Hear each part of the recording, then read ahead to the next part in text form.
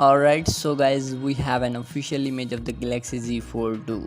Yes guys, ice universe shared this blurry image which then Ben Gaskin enhanced it so it looks like this. Contrary to previous rumors, it looks like the Z Fold 2 will share the same camera module as the Note 20 Ultra. The punch hole display has been confirmed as well as the name change.